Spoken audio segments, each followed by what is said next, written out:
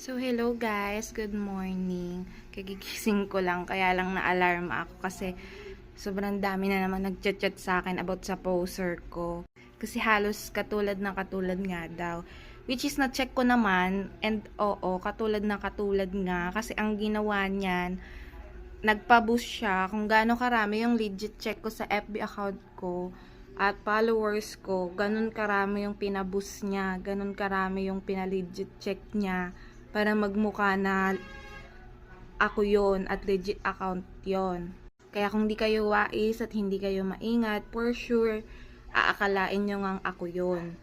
Pero, iisa lang naman ang way para ma-check nyo kung ako nga ba yon. Which is, ayain nyo makipag-video call.